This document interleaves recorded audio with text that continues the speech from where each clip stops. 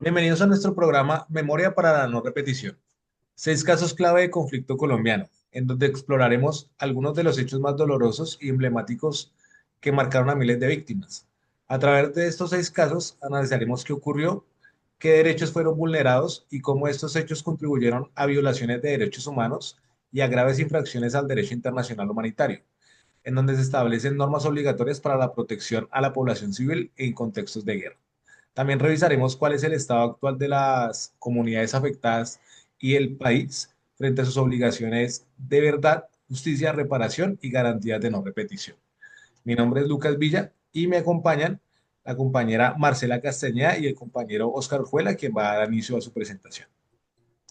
Muchas gracias, compañero, por la presentación. Yo inicio con el tema de ejecuciones extrajudiciales, o los mal llamados falsos positivos, que dentro del texto hay futuros y hay verdad del informe final de la Comisión para el Esclarecimiento de la Verdad, la Convivencia y no repetición, se encuentran documentados. Ahora bien, las ejecuciones extrajudiciales, como los falsos positivos, conocidas como los falsos positivos, constituyen uno de los crímenes más graves del conflicto armado colombiano. Según el informe final, la Comisión de la Verdad, de la Comisión de la Verdad, al menos 6.402 civiles fueron asesinados, en su mayoría jóvenes y campesinos. Estos hechos fueron cometidos en su gran mayoría por unidades del ejército y luego presentados falsamente como bajas en combate dentro de un sistema de presión por demostrar resultados operacionales en la lucha contra insurgentes.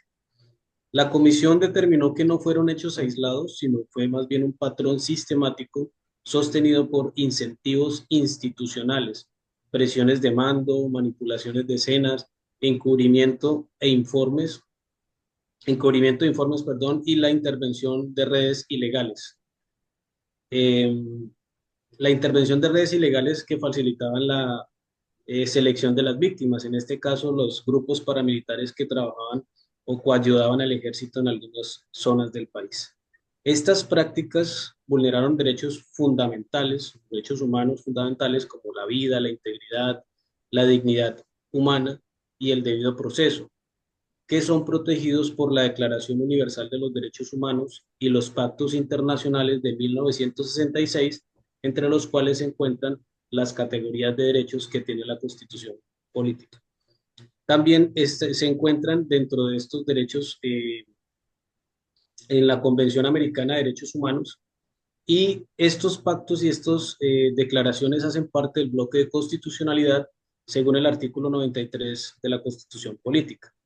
Además, constituyeron infracciones graves al derecho internacional humanitario, especialmente en violar los convenios de Ginebra, donde se protegen los civiles, los prisioneros, los heridos y los náufragos y en contextos de conflicto.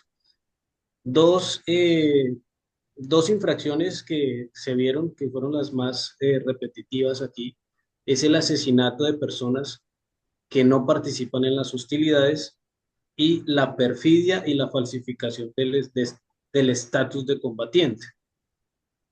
Aunque la JEP ha avanzado en un reconocimiento de responsabilidades por parte de miembros de la fuerza pública, las víctimas siguen reclamando verdad plena, justicia y reparación integral. Bueno, compañero, no sé si de pronto tengan alguna pregunta al respecto. Sí, sí, compañero. ¿Cómo se evalúa el papel del Estado en la ocurrencia y posterior reconocimiento de las ejecuciones extrajudiciales?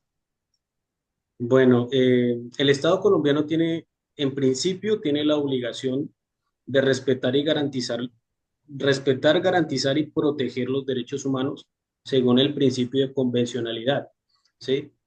Y esto conforme al bloque de constitucionalidad, es decir, todos esos principios y todos esos tratados y convenios están incluidos en el bloque de constitucionalidad, y el Estado tiene el deber de respetar estos tratados. Sin embargo, agentes de la fuerza pública participaron directamente en ejecuciones extrajudiciales, y estas presentadas como bajas en combate. Eh, Esto mediante incentivos y de políticas institucionales que se basaron en resultados militares. Mm, es decir, el Estado directamente fue quien accionó o quien perpetró el crimen, en tanto que vulneró gravemente los derechos a la vida y a la dignidad humana de todas estas personas o estos jóvenes que fueron asesinados allí.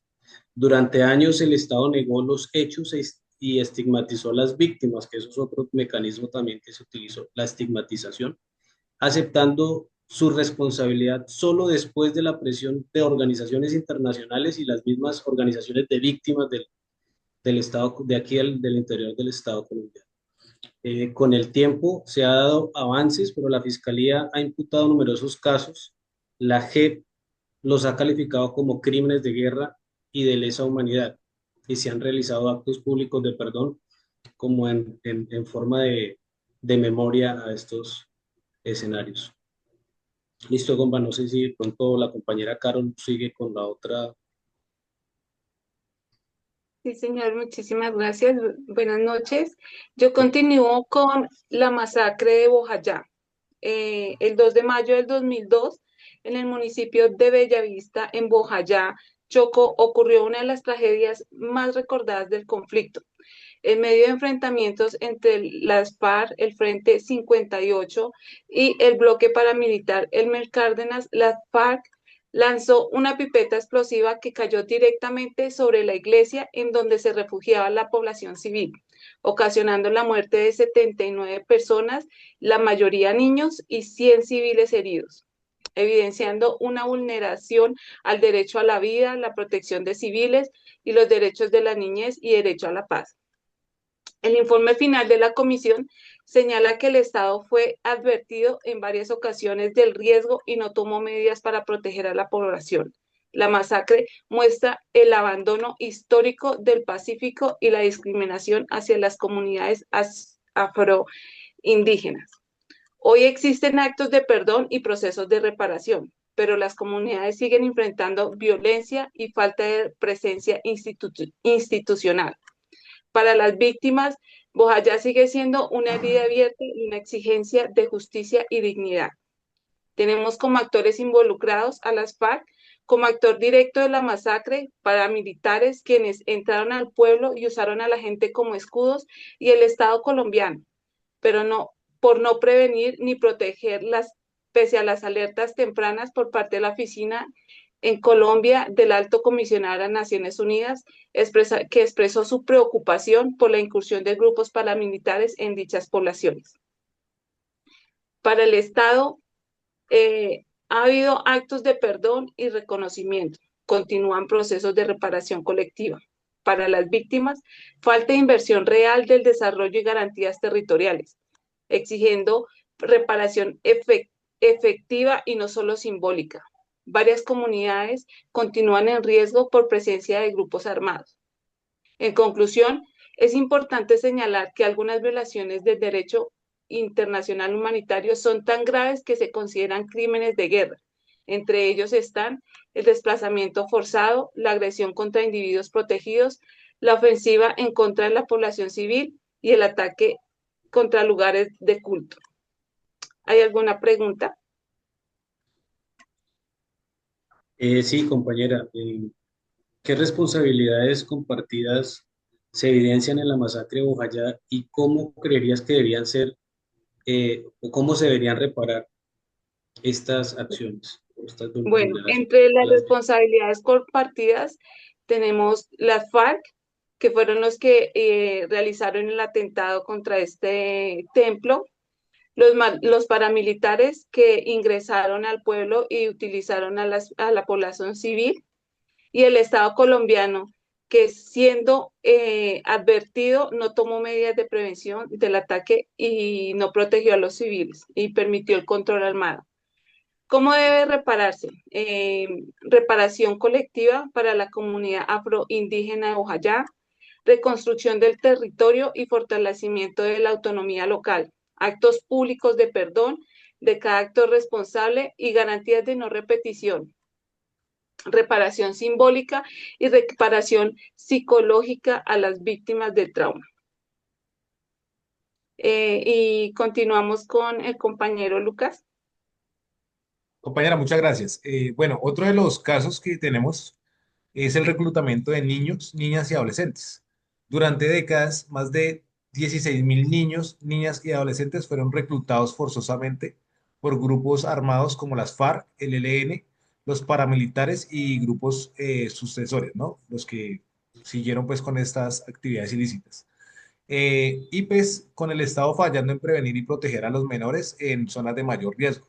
Estos niños fueron utilizados como combatientes, informantes, mensajeros, víctimas de explotación sexual y mano de obra forzada que vulneró derechos fundamentales como la vida, la educación, la libertad, la integridad física y emocional, así como todos los derechos relacionados a la infancia según la Convención de la ONU. El informe final establece que el reclutamiento fue sistemático, funcional a la guerra y que afectó de manera proporcionada a comunidades rurales, indígenas y afrodescendientes, constituyendo un crimen de guerra de lesa humanidad. Actualmente, programas estatales de reintegración, aunque resultan insuficientes y aunque la JEP abrió un subcaso específico para ellos, muchos jóvenes continúan sufriendo de traumas psicológicos, carecen de reconocimiento como víctimas y aún enfrentan barreras para acceder a la educación, la salud mental y el apoyo para reconstruir su proyecto de vida. ¿Tienen alguna duda al respecto?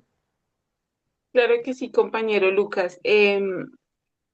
¿Cómo reconstruir el proyecto de vida de miles de niños que fueron reclutados? Bueno, reconstruir el proyecto de vida de miles de niños y niñas que fueron reclutados implica, ante todo, reconocerlos como víctimas y no como victimarios. Brindarles una atención psicosocial profunda y sostenida que permita abordar el trauma, la violencia sexual, la obediencia forzada y el desarraigo que vivieron y que les garantice un acceso a la educación formal acelerada para recuperar los años que perdieron. Además, se requiere impulsar programas económicos, becas, formación técnica y proyectos productivos que les ofrezcan oportunidades reales, junto con procesos de reintegración comunitaria que eviten la estigmatización. También es fundamental apoyar la búsqueda de sus familias y acompañar las reunificaciones, así como crear espacios de verdad y memoria que puedan narrar su experiencia, donde puedan narrar su experiencia sin miedo. En conjunto, estas acciones permitirían ofrecerles un apoyo emocional y condiciones dignas para reconstruir plenamente sus vidas. Le doy la palabra, compañero Oscar. Muchas gracias, compañero. Voy a hablar un poco sobre la desaparición forzada que plantea el mismo texto del cual estamos hablando. La desaparición forzada fue una de las prácticas más extendidas y dolorosas del conflicto armado colombiano y consistió en la captura y retención ilegal de personas seguida del ocultamiento de su paradero. Esto dejaba a las víctimas en indefensión, en estado de indefensión y a sus familias en una angustia permanente. La Comisión de la Verdad identificó un patrón compuesto por tres elementos en estos casos: la privación de la libertad, el ocultamiento del paradero de la víctima y la falta de investigación eficaz, lo que generó altos niveles de impunidad. Esta práctica se utilizó para ejercer control social y territorial, silenciando opositores, encubrían los homicidios y sembraban el terror. Participaron diversos actores, sectores como la fuerza pública, los grupos paramilitares y guerrillas como las FAREP. Las víctimas fueron principalmente líderes sociales, campesinos, jóvenes y personas estigmatizadas. El país registra alrededor de 120.000 desaparecidos, que es una cifra muy alarmante, superior a la de muchos conflictos, incluso internacionales. Eh, la desaparición forzada vulnera derechos humanos fundamentales, como la vida, la verdad, por ejemplo, el derecho a la verdad, el derecho que tenemos a conocer el paradero de los familiares, el duelo, porque se genera como un duelo suspendido, no hay justicia y pues no se puede hacer reparación integral en estos casos. El informe final concluye que fue una práctica funcional al control territorial y persiste una deuda histórica del Estado en la búsqueda de las personas desaparecidas. Actualmente constituye una grave infracción al derecho internacional humanitario por violar la protección de civiles y personas fuera de combate, según el artículo 3 común y el protocolo 2 adicionales a los convenios de Ginebra. No sé si compañero tenga alguna objeción o alguna pregunta al respecto. Sí, compañero. ¿Por qué la desaparición forzada sigue siendo una herida abierta a pesar de los mecanismos de búsqueda? Bueno, la desaparición forzada es un crimen de lesa humanidad. Es continuo mientras que no aparezca la persona, ¿sí? Es decir, las personas, los familiares no pueden hacer el duelo hasta tanto no aparezcan los restos de la víctima. En Colombia persiste como una herida abierta porque hay alrededor de 100.000 desaparecidos y miles de familias no conocen la verdad sobre lo que ocurrió. Este delito impide el duelo, como les hablaba anteriormente. O sea, hay un duelo congelado, se llama ese es el término. Pues la ausencia de la información mantiene un sufrimiento permanente de las familias. Aunque existen mecanismos en este momento como la Unidad de Búsqueda de Desaparecidos y la Fiscalía también ha hecho una labor muy grande en este aspecto, esto avanza lentamente pues debido a que los recursos son limitados, la destrucción, ausencia de información también ha habido y la poca colaboración de los actores armados que estuvieron en estos o que hicieron estos crímenes, que cometieron estos crímenes, incluidos los agentes estatales. Además, muchas fosas comunes no han sido ubicadas por la magnitud del conflicto y del tiempo transcurrido. La desaparición forzada, ya para terminar mi intervención en este parte, continúa abierta porque la verdad, el hallazgo y la reconciliación y el reconocimiento aún no llegan para miles de familias, lo que perpetúa el daño y la incertidumbre y elimina la posibilidad de hacer una reparación integral, como ya lo mencioné. Le cedo la palabra a la compañera Carol. Muchas gracias, compañero Oscar.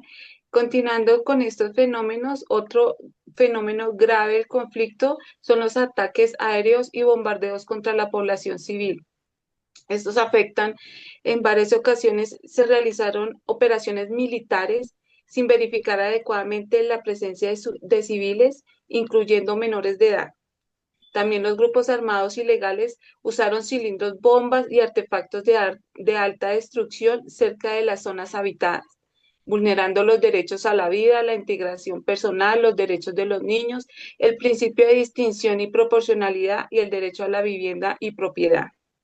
La comisión determinó que las agresiones aéreas y los bombardeos en el contexto del conflicto armado en Colombia produjeron serios impactos humanitarios, particularmente en áreas rurales y poblaciones que han estado históricamente excluidas. A pesar de estas acciones, se justifican como operaciones militares contra estructuras armadas ilegales. En muchos casos, no se respetó completamente el derecho internacional humanitario. Tenemos como actores involucrados la fuerza pública, las FARC, el ELN y las comunidades afectadas por la falta de protección del Estado. Actualmente existen investigaciones en la Jurisdicción Especial para la Paz y la Fiscalía, pero persisten cuestionamientos sobre las responsabilidades superiores.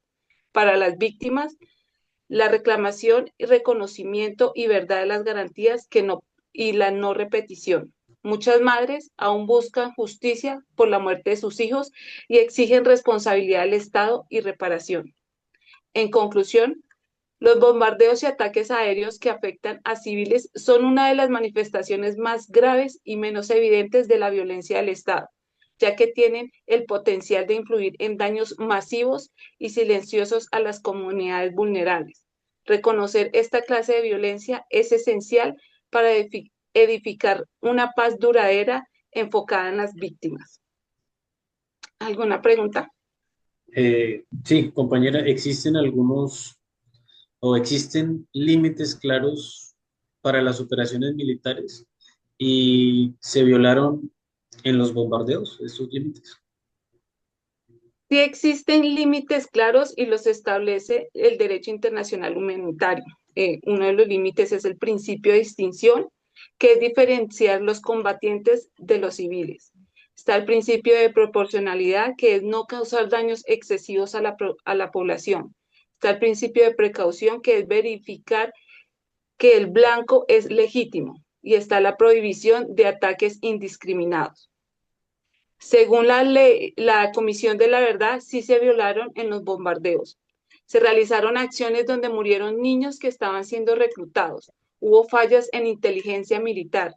No se verificó adecuadamente la presencia de civiles y en algunos casos se intentó ocultar o minimizar el daño. Esta es mi intervención, compañero Lucas. Compañera, muchísimas gracias. Bueno, voy a dar paso al último caso. Este es el de minas antipersonas y artefactos explosivos. Colombia es uno de los países con mayor número de víctimas por minas antipersona después de Afganistán, con más de 12.000 personas afectadas debido a que grupos armados como las FARC, que es el principal sembrador histórico, así como el ELN y grupos post-desmovilización, instalaron minas y artefactos explosivos improvisados para frenar el avance enemigo y controlar territorios, incluso cerca de caminos, escuelas y zonas agrícolas, mientras que el Estado falló en prevenir su proliferación en varias zonas. Estas prácticas vulneraron derechos fundamentales como la vida, la integridad física, el libre tránsito, el trabajo, especialmente de campesinos, y el acceso a la salud y la rehabilitación. Según el informe final, el uso de minas fue indiscriminado, violó derechos internacionales humanitarios y dejó comunidades enteras atrapadas sin poder movilizarse ni cultivar, mientras el Estado ha avanzado lentamente desminando y en los procesos de rehabilitación. Aunque hoy existen esfuerzos de desminación o desminado humanitario, persisten zonas críticas en departamentos como el Cauca, el Meta, Antioquia, Arauca y el Catatumbo. Y miles de víctimas continúan reclamando prótesis, atención médica integral, apoyo socioeconómico y la recuperación plena de sus territorios para poder construir sus vidas. ¿Alguna pregunta al respecto? Claro que sí, compañero Lucas. ¿Qué implicaciones comunitarias tiene el uso de minas antipersonas? Bueno, el uso de minas antipersonas tiene profundas implicaciones comunitarias, pues no solo causa muertes y amputaciones, sino que destruye por completo la vida colectiva al paralizar el territorio, impidiendo pues cultivar, caminar, asistir al colegio, pescar o movilizarse, lo que confina o desplaza comunidades enteras. Esta situación genera un trauma psicológico colectivo marcado por el miedo permanente a activar una mina y por el duelo constante pues por las víctimas, al mismo tiempo que produce pobreza estructural ya que la tierra no puede sembrarse y aumenta el hambre y la dependencia pues de otras actividades, ¿no? Además, las minas desintegran el tejido social al separar familias, limitar la educación de los niños y romper dinámicas comunitarias esenciales. Además de que el territorio queda estigmatizado sin inversión ni posibilidades de retorno. En conjunto, esta es una violencia que perdura por décadas, incluso después del conflicto, porque deja comunidades y territorios mutilados física, económica y socialmente. Le doy la palabra, compañero Oscar. Gracias, compañero. Yo quería ya como concluir o cerrar aquí ya estos casos que son vulneraciones a los derechos humanos e infracciones al derecho internacional humanitario evidencian la profundidad de las violaciones de derechos humanos en el conflicto colombiano y la responsabilidad del Estado, su ocurrencia y encubrimiento.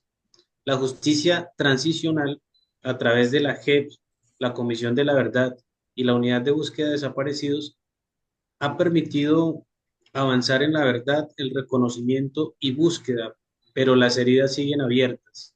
Mientras no haya esclarecimiento pleno, reparación efectiva y garantías de no repetición para las víctimas. Compañero, Listo, muchísimas licenciado. gracias. Esto fue Memoria para la no repetición. Buenas noches. Buenas noches.